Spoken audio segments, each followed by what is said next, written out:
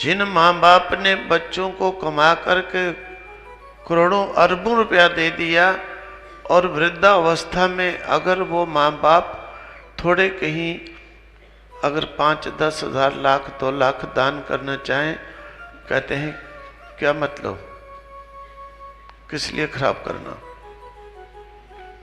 किस लिए खराब करना। मतलब कि उनको हाथ नहीं लगाने देते। अरे क्या बात हो गई भाई। मैं बताऊं, एक व्यक्ति था साइकिल पे, जो है ना साइकिल पे, मैंने देखा हुआ है 40 साल पहले, 35 साल, साइकिल पे बेचारा बेचने के लिए बिजनेस निकलता, और करते करते अब थोड़ी फैक्ट्री ऐसी लग गई कि 10,000 करोड़ का मालिक, मेरे ख्याल बहुत, इससे भी बहुत अधिक होगा। उसने, पत्नी की डेथ हो गई, उसकी याद में 5 दिन रासलीला श्री कृष्ण की मंगा ली। 5 दिन रासलीला, 10 लाख रुपए लगे होंगे।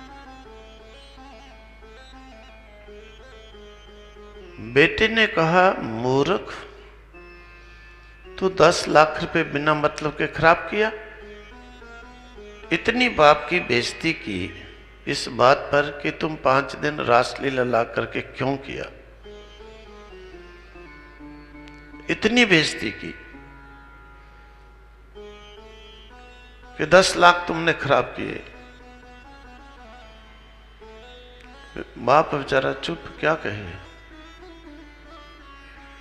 अब देखो, मैंने देखा हुआ कि साइकिल पे बेचारा घूम घूम करके बेच करके आज इस पोजीशन, चलो भगवान की कृपा से बन गए, अच्छे बिजनेस लग गए, इतना धन, और 10 लाख के पीछे बेटे ने बाप की वो बेइज्जती की कि ये तो क्यों कराया, पैसे खराब किए। और मुझे मिला तो मुझे कहता है एक बार कि स्वामी जी आप कभी आओ दिल्ली तो मेरे घर रुको, मैं सब इंतजाम करूंगा, गाड़ी भेजूंगा। मैंने कहा इधर आ। अरे भाई, मैं क्यों ऐसे झूठ बोलूं, मैंने उससे क्या लेना है, अक्ल तो दिलाओ भाई, आएगी तो आएगी, अगले को ऐसे क्यों झूठ में झूठ चढ़ा दें हम भी।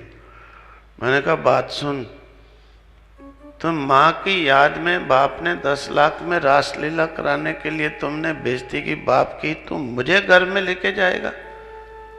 मैं तेरे जैसे मूर्ख के घर हम लोग कभी नहीं जाते, तेरा खाएंगे रोटी, तेरा पानी तक नहीं पिएंगे। मैं इतना तुम दुष्ट, इतना तुम पापी, तेरे जैसा एक कार मेरे लिए गाड़ी भेजेगा। मैं तेरी गाड़ी के, मुझे पैदल चलना पड़े, अच्छा मैं तेरे जैसे की गाड़ी भी नहीं बैठता हूँ। अरे मूर्ख, तेरे जैसे का कौन पिएगा पानी भी, तू मेरे घर में कहता रहो रोटी खाओ आते जाते। अरे जो तुम ऐसी सोच वाला बाप के लिए, अकल तो आ गई उस दिन उसको। बाद में कई बार फिर कहा, मैंने कहा ऐसे नहीं, ऐसे ये दोष दूर नहीं होगा।